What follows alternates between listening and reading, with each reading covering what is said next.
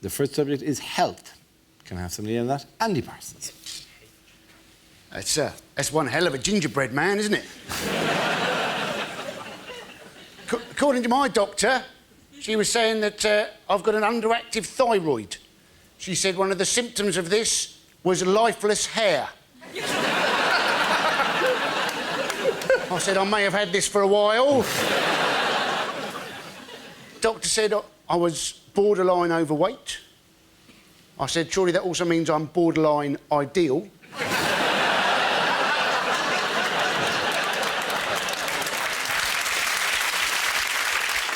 She said apparently they're using testosterone injections in men to help them control their weight. And I was getting, you know, if you are full of testosterone, you know, chances are if you do see a donut, you'll rather more try and shag it than eat it.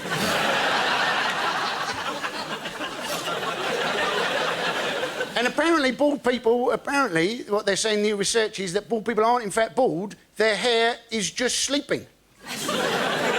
Which is definitely going to come as a shock when Wayne Rooney's hair wakes up and finds somebody else just moved in. Thank you very much, Andy Parsons. OK, let's spin the wheel again. The next subject is parties. Who wants to come in? Josh Whittaker.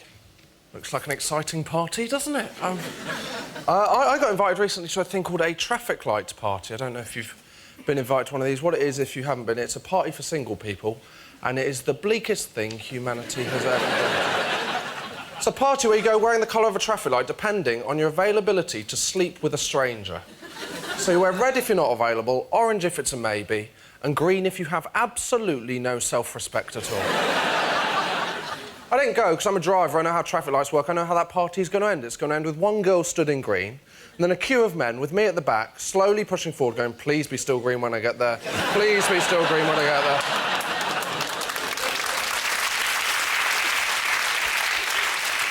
Also, I'm a driver, I've driven with people. When they see orange, they'll just go, well, that's essentially green if I go out fast enough, isn't it? Who is wearing red to a traffic light party? If you're wearing red, you do not need to go to a traffic light party. What are your other options? Turning up at A&E and going, no, I'm fine, I just want to watch the carnage of others. Thank you very much. Thank you very, very much. Well done, Josh.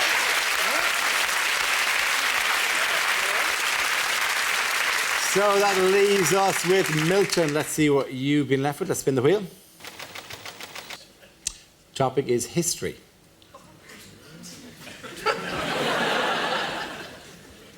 (348 BC). The breakfast cereal Frosties is invented by Alexander the Great.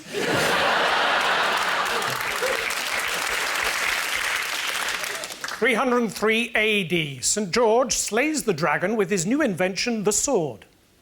The other dragons offer him all the money for 20% of the company.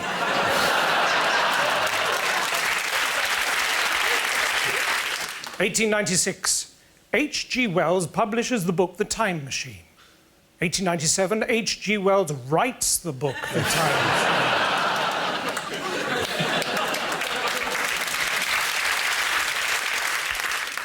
2400 BC. The Chinese merchant Zhang Zhou, the man who discovered gunpowder, is buried on the outskirts of Peking, western Shanghai and parts of Nepal.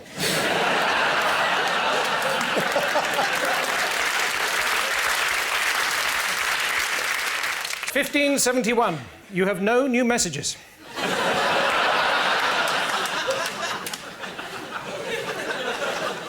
And finally, 3642 AD.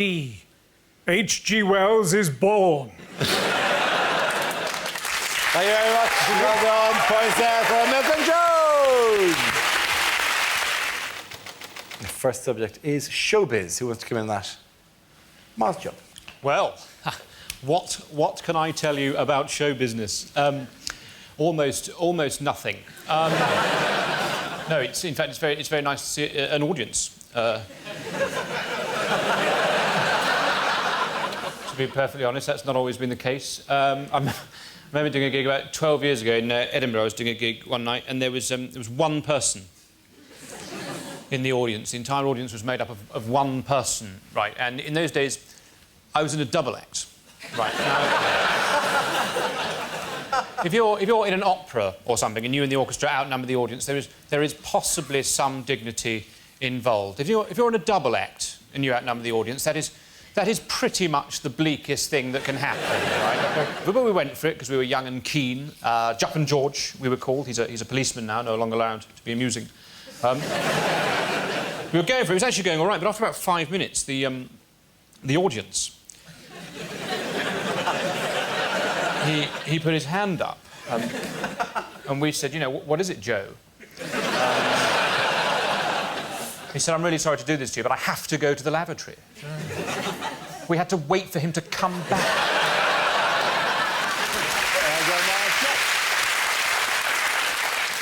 All right, let's spin the wheel again. Next subject is nightclubs. Who wants to come in on that? Nathan. Yes, so, nightclubs. I've got to a stage in my life now where I'm not kind of a fan of nightclubs anymore. Like, little things about nightclubs annoy me, like nightclub bouncers, for example. You know, you get those big, massive guys who take their job a bit too seriously, you know. They stand out in front and go, no, you can't come in, no, you can't come in, yeah? I said so, yeah? I'm here because I'm the boss, all right? I'm here because I'm the boss. It's like, no, you're here because you haven't got any qualifications, man. Don't get it twisted. Of course, I don't say that to his face, because I'm not dumb, you know. I've got qualifications. The biggest reason, though, why I don't like nightclubs is because I don't operate well in nightclubs. Like, you know, like approaching women, for example. Like, I've got something in me that in nightclubs doesn't work. It's called manners. Right? One time I was doing this gig, right? It was this out-of-town gig. I was staying over for the night, so I thought, you know what, I'll go to a nightclub, you know, check out the local nightlife. I'm in the club, I see this nice girl, very attractive, so I thought, OK, you know what, I'll approach her, right? So I walked up to her and went, hey, how you doing, you all right? You having a good night? And she went, idiot, no, you're trying to shut me up, yeah? Get me rotted, face, and what are you doing, man? I'm like, well, I'm going to talk to you, man. Get me rotted, boss, face, idiot.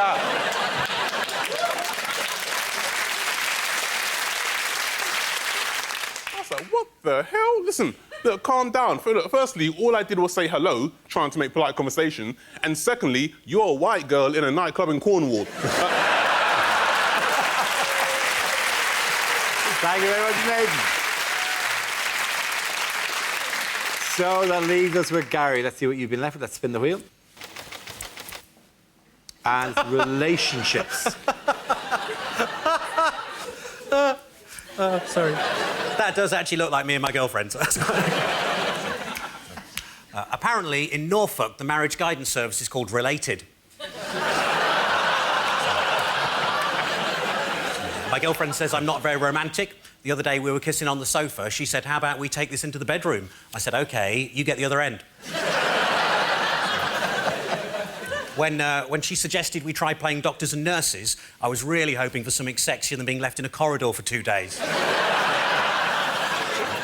My girlfriend and I are trying for a baby. Her mom's agreed to help out, just till I get hard.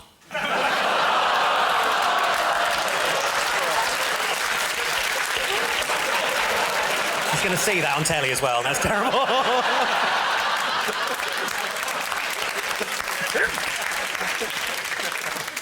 They always say you'll find the love of your life when you're not really looking, which was true, but by then I'd run her over. I've been trying to persuade my girlfriend to sexually stimulate me with her key ring, but she just keeps fobbing me off, so...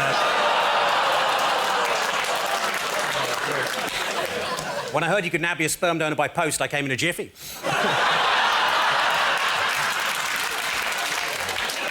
I went to a swingers club. The doorman goes, it's £15 to get in, or you can pay £20. That includes a meal. I paid £20. I went in. This oiled, naked guy comes up to me and goes, hello, my name's Emil.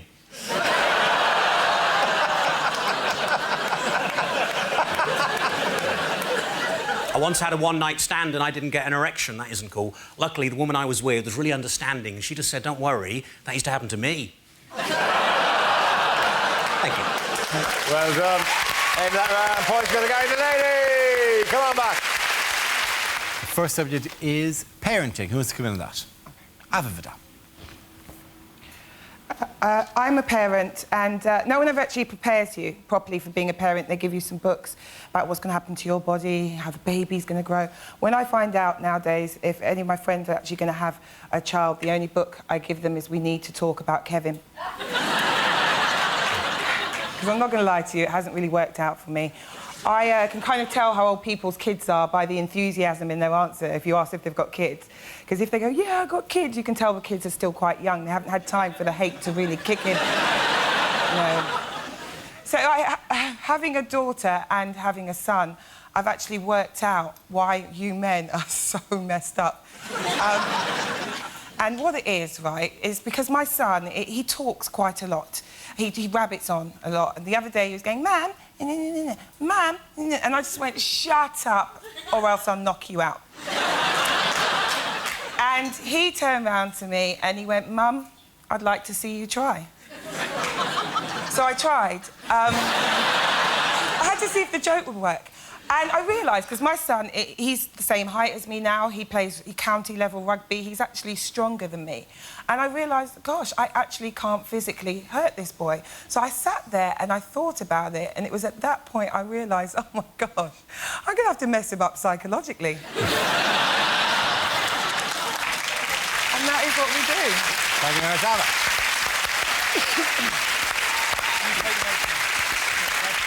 OK, the next subject, please. Let's spin the wheel. Next subject is science. Who wants to come in that? Chris Patterson. I'll tell you the problem with science, right? The problem with science is it refuses to speak the language of those of us who don't understand science, right? Even when it's the job of science to be talking to us numpties, it can't bring itself to speak as we do. Pick up a packet of paracetamol, right? Look at the instructions on the back of that. It says, for the treatment of neuralgia, fibrositis, muscular, whatever. We don't talk like that. If that talked anything like us, that would say, for the treatment of the worst headache I've ever had in my life. A pain in my side, I'm sure, actually is cancer this time. My wife's had to help me out of the car. It's coming out of both ends like someone's hit a pan of chocolat with a mallet.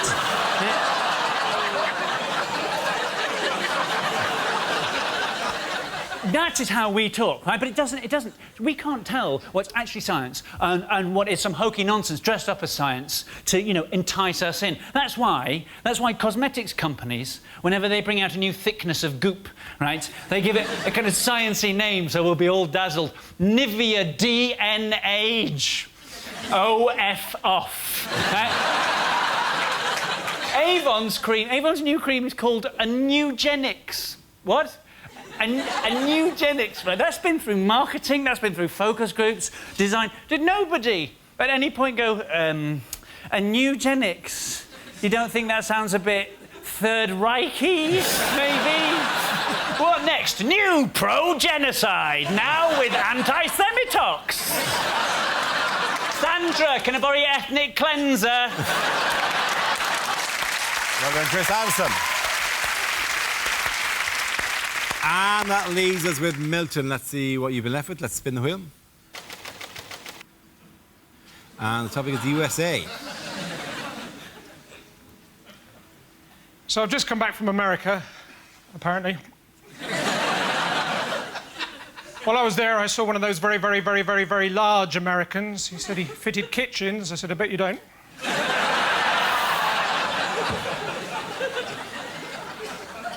I went up to this girl, I said, what's your name? She said, Chantal. I said, well, if you're not going to tell me your name...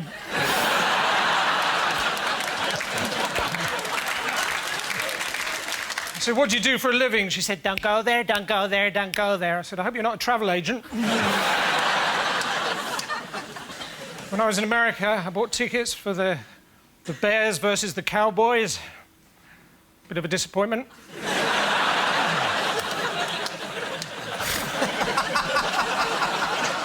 I want to see Bears versus Cowboys. So then I bought tickets for the Giants versus the Jets. Another missed opportunity. Then I bought tickets for the Packers versus the Dolphins. Get in the box, get in the box. Thank you very much. Points to everyone there. Let's all sit back. Come on. First subject is the North-South divide. How? The North-South divide, yes. I believe we should build a wall and make it official. I do. Obviously, you know, Northerners can build it. Well, pay for it. But it's all built on stereotypes. The assumptions are all... It's all built on stereotypes. Like, I have relatives in Grimsby who come to London and look for London to fulfil its stereotype. So they walk round going, oh, it's so unfriendly, no one chats to each other. And I say to them, why this constant need to chat in Grimsby? I said to them, there was a little less chat and a bit more reading. Grimsby could be a cultural and economic superpower, it really could. The assumption is ridiculous, though. The assumption that everybody down south is rich is unfair. Like London, yes, very wealthy city. It's also got the biggest concentration of poverty in the UK is in London. That's a fact. Not me, thank God. God, no, don't be silly. No. This goes tits up, mummy bails me out. But, see, maybe that's why I've got a thing about this, because I am from a very middle-class southern family, and I am a bit of a middle-class southern twat. You know, we're one of those families that meet and everything is lovely. It's like, so how are you? Are you well? Yes, I'm lovely. Are you lovely? I'm lovely too. But we're not really lovely. We can't do confrontation, the middle classes. That's why you never see us on the Jeremy Kyle show. Ever. She's sleeping with your best mate! Well, obviously, I'm not happy about it, Jeremy. It'd be rubbish, wouldn't it? They're having a baby, she stole money off you to buy drugs. She is a bit of a character, isn't she? Thank you very much, Hal. Well done. Now we're left with Josh. Let's see what you have. Let's spin the wheel. And the topic is the home. Josh Whittaker. My flatmate is kind of filling our kitchen full of all the kind of pointless things my mum has in her home now. I don't know if you've got... We've just got this tea bag saucer, the saucer for tea bags. It's a very useful item. If you haven't got it, what it is, it's a saucer that you keep halfway between your kettle and your bin. It's basically for when you make a cup of tea and then you get the tea bag, look across at the bin and go... I mean, that's a journey, isn't it? I mean, that's 3 or 4 yards. I mean, I need a stop-off. That's like driving to Leeds. I could die of tiredness. Then you walk halfway, put your tea bag down, go back, pick up your cup of tea and walk past the bin and out the kitchen. All we've done is create a kind of tea bag death row. That's all we've done. We've got our tea bag sauce on our breakfast bar. If you haven't got a breakfast bar, what it is, it's an extra yard of sideboard. And it's for eating your breakfast. It's when you wake up in the morning, you want to eat your breakfast, but you think, bloody hell, it's too early for a table, isn't it? I mean, I can't handle one of them until lunchtime. I mean, what I want is something slightly higher and less comfortable. That's what I'm looking for here. There's one thing I don't want to eat at 8 a.m. It's a bar. That is the reason I feel so shit in the first place. Well done to both of you. At the end of that round, points to both of you. Come on back. And the first topic is travel. Who wants to come in at that? Chris? Hi. Don't know what's happening. It's all different on the telly. I take public transport quite a lot doing this job. I'm not a fan. I don't really like being in public, walking around. It's nothing... I don't get normal things in public when I'm walking along. I don't get normal interactions. I don't get, excuse me, sir, what time is it? Excuse me, where's the train station? I get, like, do you like leaves? Like... I could write a book on it, right? And the thing is, as a northerner, people said to me before I came to London to do work and stuff, people said, oh, the tube. Oh, the tube's awful. No one talks. No one talks. Good. That's brilliant. I don't want nutters on public transport telling us what they've had for their breakfast, right? I want to be left alone. You know, the tube, if you've never been on the tube, come to London just to go on the tube. It's an incredible experience. No one, literally, silence. It's amazing. Someone could just burst into flames on the tube, and all you'd get is one man looking up from a Kindle going, prick.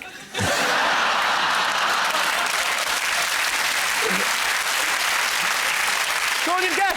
Even the person who was in flames would just be quietly going, excuse me, can I just squeeze past? I'm very sorry. I don't mean to cause a fuss, but I'm in zone 8 and my oyster card's melting. I'm very sorry. Good man, Chris. Well done. OK, that leaves us with Rob. Let's see what you've got. Let's spin the wheel again. And the topic is class. Stuck with it. You're stuck with it. Yeah, I'm working class. If you're not sure, there's a little test you can do to see if you're working class or not. You're normally working class if your television is bigger than your bookcase. That's how it works. Like, in my mum's house, big 50-inch plasma on the wall, little Billy bookcase from IKEA next to it. DVDs on it normally. That's how it works. The thing is that my girlfriend's very middle class. That's a problem. She used to be upper class, but we're together now.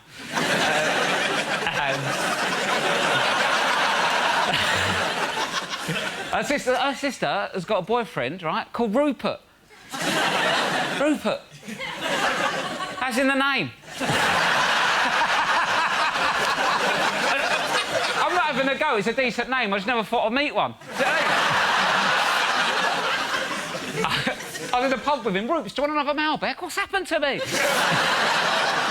And the thing is, though, like when they go around their house, right, they like in my house, growing up, Saturday night, you'd have dinner on your lap watching You've Been Framed, right? Bit of a chavvy way to have your dinner. That's what we used to do. You go around their house, you sit in the conservatory, you have wine, talk about politics, right? And I started thinking, oh, this is how you should do it, innit? This is how you should do dinner. Then after about 10 minutes, I realised I haven't got an opinion and I'd quite like to see a dog fall in a puddle.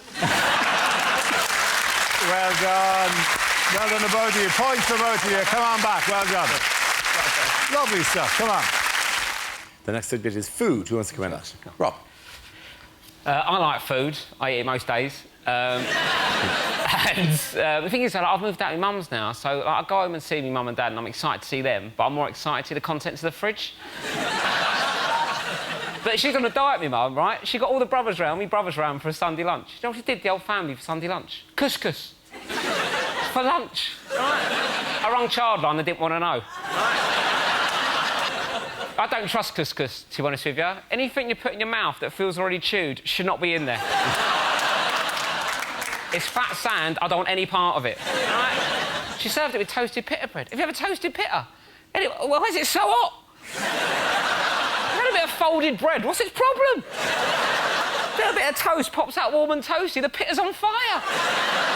Once you get past the outer cook, I've got the dragon breath inside to deal with.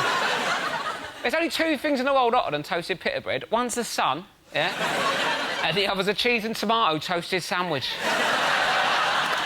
What's that prick's problem, right? What's his problem? Do you know what I mean? The cheese, I've not got a problem with the cheese. The tomatoes? They're little slices of lava. I'll put you in a toasted sandwich maker, not Dante's Peak. What are you doing? You bite into it, anchor onto the slice, you pull the sandwich away, the slice stays, slaps you on the face, burns your face off. 3 days, I had a big red circle like that. I look like a thirsty dog. Well done, Rob. OK, that leaves us with Stewart. Let's see what you've got. Spin the wheel. And the topic is jobs. Where you go. Was my French teacher into golden showers? Oui.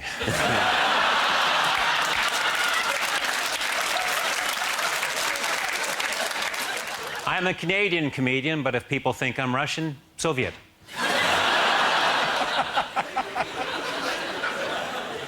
As a gynecologist, I was terrified of vaginas. I won't go into it. Very sad, I've just come back from the funeral of my coke dealer.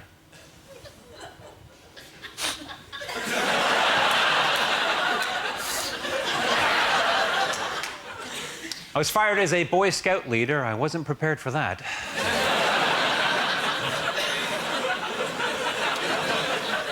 I used to be a sarcastic high jump coach. Get over it!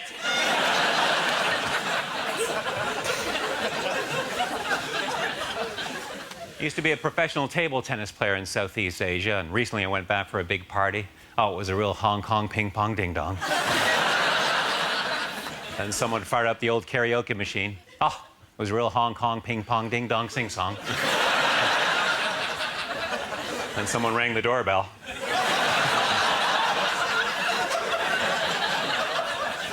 Cops. It was the cops. I used to be a cop. One night a guy asked me if he could urinate on my wrist. I said, not on my watch. Thank you very much. Good night. Thank you very much, Stewart Francis. Points there for Stewart and Rob and Andy. What the hell? Come on, everyone gets points. OK, here we go. Let's spin the wheel.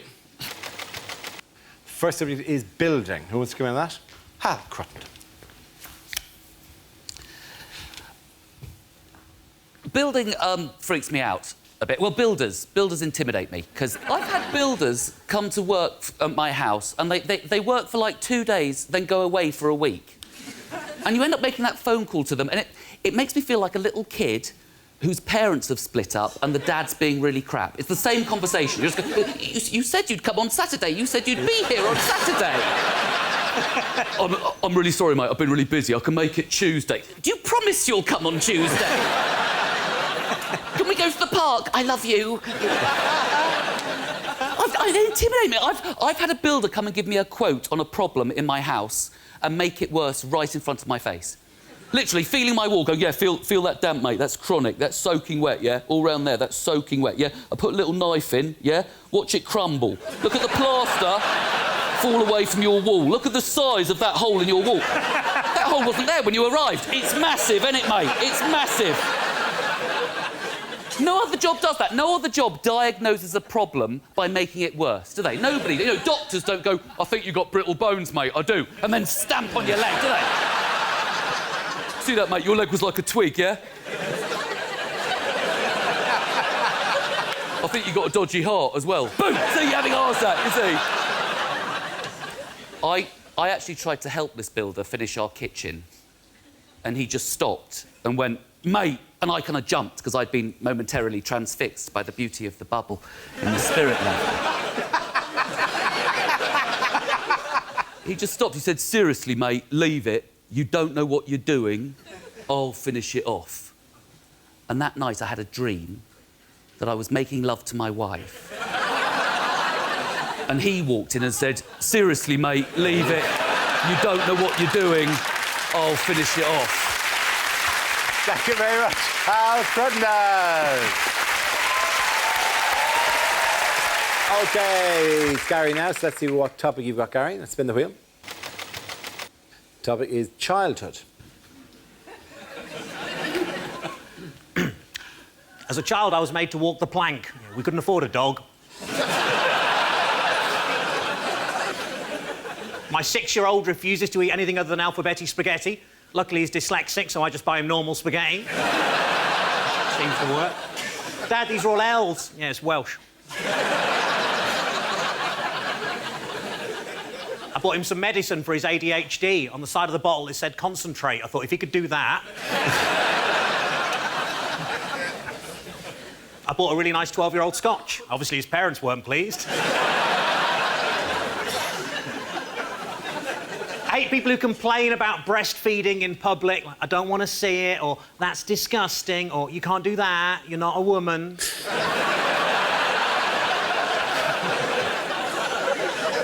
And that's not a baby. As kids, we always enjoyed dipping ginger nuts into a steaming hot cup of tea, but of course nowadays that's called bullying.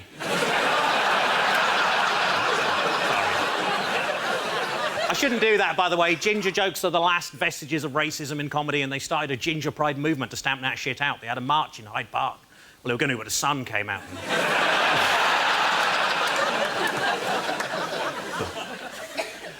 Nan always said that when she was young, she never had to worry about leaving her back door open. What a slag.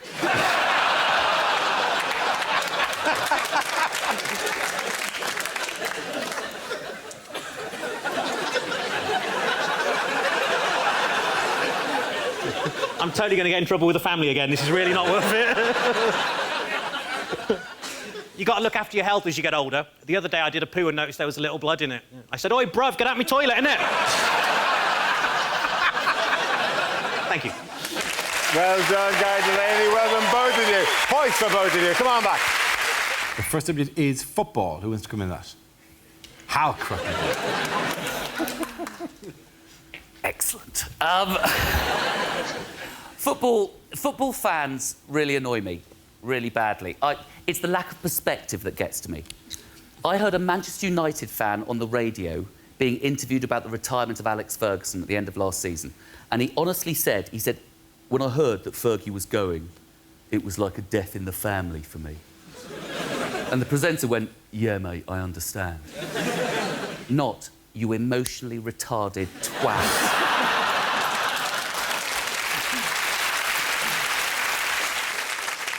England fans, particularly, they bring up the war at football matches. They bring up the war. The last time we played Germany, 3 years ago, England fans turned up in World War II RAF outfits. They sang songs about German bombers, and that stupid band at the side of the pitch played the Great Escape theme tune, and we were thrashed 4-1. It was bloody humiliating.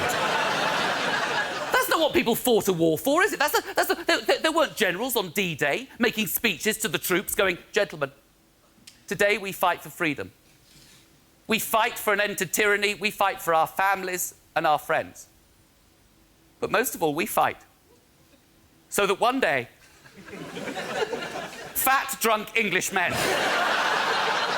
in football shirts too tight for them can stand in stadiums and sing as one 2 world wars and 1 World Cup. Doo-dah, doo-dah. That's why we fight today, gentlemen."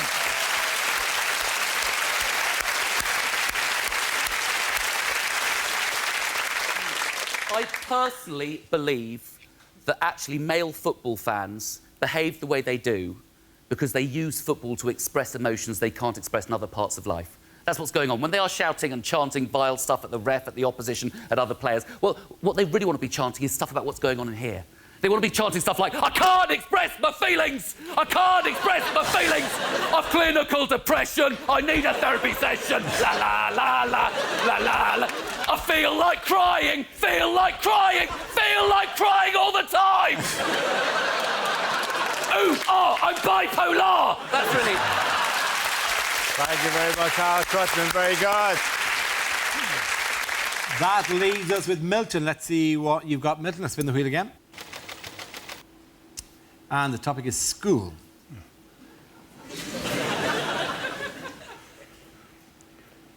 Recently, I went to one of those awful school reunions where everyone's boasting about what they're up to now.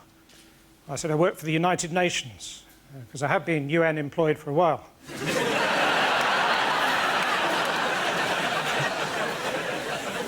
While I was there, a bloke came up to me with a scar on his face. He said, "You don't remember me, do you?" I said, "Are you Action Man?" He said, "No, but I bet if you could go back in time, you'd pay more attention in my history lessons." I said, "If I could go back in time, I wouldn't need your history lessons."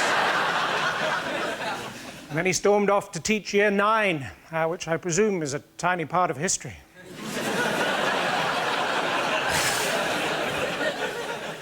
My parents were so rich, to get me through my history exams, I had my own private tutor.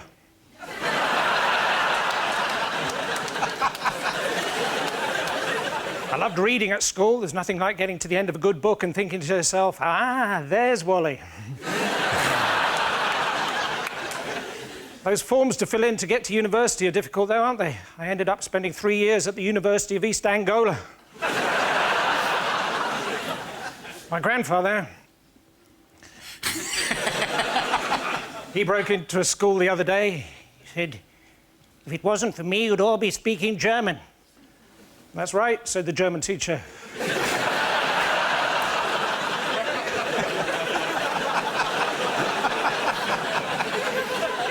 "But it's not fair. I never got to do the job I wanted to do. I wanted to be a farmer. If only there was some way I could do it these days. If only there was some computer game or something." That's all great, thank you. Thank you very much, Milton Jones. Points for Milton, points for Hal. Come on back. The first subject is education. Who wants to come in that? Romesh. I used to be a teacher, actually. I was a maths teacher. I wasn't a very good one. But as I found out, it doesn't actually matter. You can get away with it for quite a while. But the problem is, with Ofsted coming, you've got an Ofsted inspector in the back of your class. I've got to make sure I'm doing my job properly. Yeah? Got learning outcomes up on the board, Pythagoras and trigonometry flying all over the shop, knocking it out the park. Kid in the front row's got a question, I'm straight in there. "Yes, Timothy?"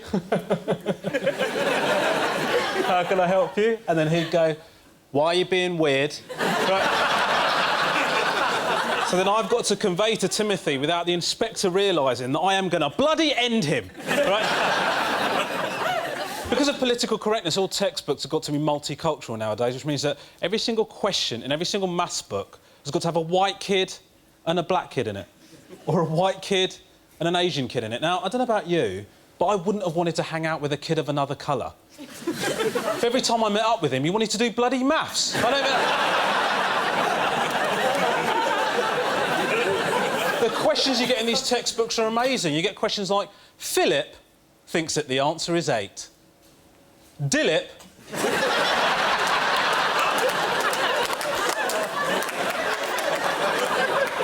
thinks that the answer is 10. Which one is correct? And then a kid would put his hand up and he'd say, I think Dilip's correct.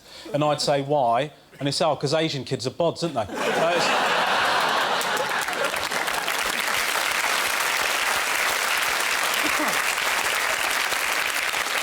We had uniform at the school. I agree with uniform. The problem is they're very strict about it. We had a sixth form. Talking to sixth form lads about what they're wearing, absolutely not a problem. Got no issue with that. Talking to sixth form girls about what they're wearing, something I felt a lot less comfortable about. But what I actually found was if I just looked at them for long enough, they soon covered themselves up.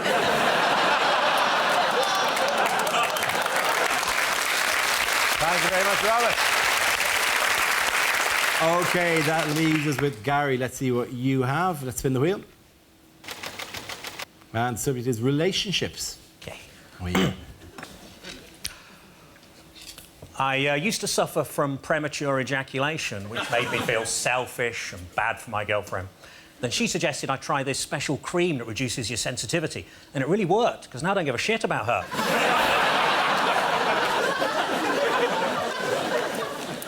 I bought a vegan friend of mine a fancy cookbook. Unfortunately, he said he couldn't accept it as it was leather-bound, which meant it was too heavy for him to lift.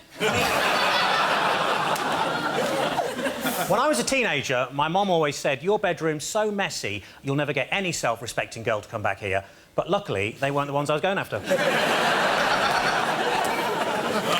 I watched the director's cut of a porn film. At the end, he actually fixes the washing machine.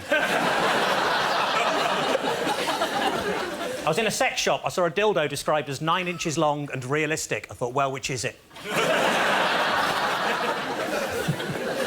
The Archbishop of Canterbury recently said he couldn't support gay marriage without first having a mandate. Honestly, if he's that bothered, I'll go out with him. One time at a party, I chucked my car keys into a big bowl and everyone just stared at me and the trifle was ruined.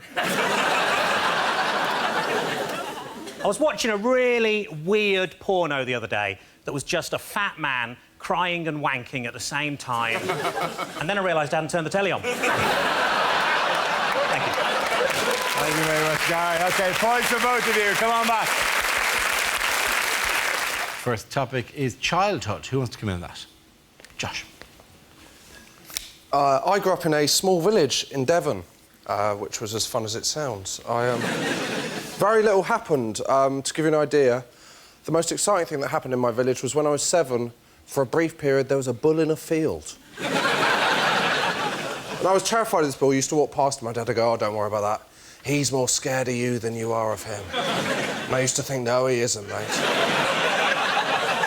Bonfire night was the worst, though, because the build-up to bonfire night was just warnings about the way it was going to go wrong. They go, oh, bonfire night's coming up. You're either going to get burnt with a sparkler or hit with a firework. My favourite was on Blue Peter every year. They'd have the same warning that applied to no one in Britain. Every year they go, oh, bonfire night's coming up, and if you do own a pet tortoise... Well, and they go, if you do own a pet tortoise and it's hibernating in a box, do be careful to not absent-mindedly throw that box onto the fire. I don't know how unlikely that scenario is. So I know no one who owns a pet tortoise. Secondly, how unruly is your bonfire night? You go, yeah, just chuck everything on, yeah. Yeah, Guy Fawkes with their shit, show him what I think of him. Go to my houses, get my boxes, don't look in them, throw them on the fire. I don't care that the contents is snoring, throw it on, I told you. 2 months later, you walk around your house going, where the hell is Sheldon?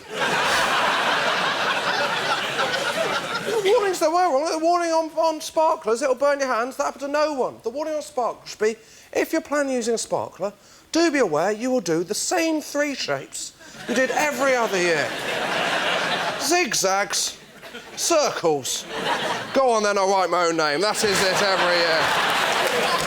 We used to have those home fireworks displays when they'd be terrifying. Most people were interested in health and safety. My dad didn't bother with that. He'd just go, well, you know, we've got 6 fireworks, the cat's got 9 lives, we're going to be fine.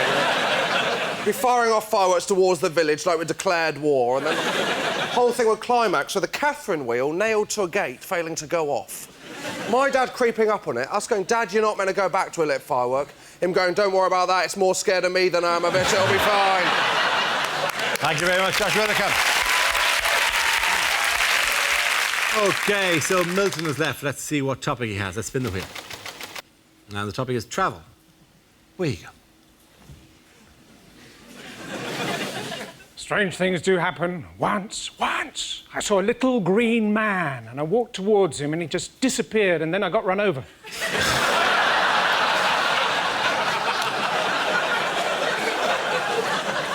Kuala Lumpur, that was a bit of a disappointment. I always thought it was a bear crossed with an Oompa Loompa. You know, clingy, but quite hard-working. I was in France recently. I saw this little old lady knitting in the town square. I said, voulez-vous crochet avec moi? She took it all the wrong way. What with the financial situation, I'm not sure Ireland's going to stay afloat. Cork, maybe. 11 days it takes to walk to Torquay holding the hand of a 7-year-old. Well, that's what I thought. It was his birthday treat, but turns out he actually wanted a walkie-talkie. I'm very English, really. I even ordered a book on the internet, How to Have Absolutely Nothing to Do with Your Neighbours. Unfortunately, I was out when it was delivered.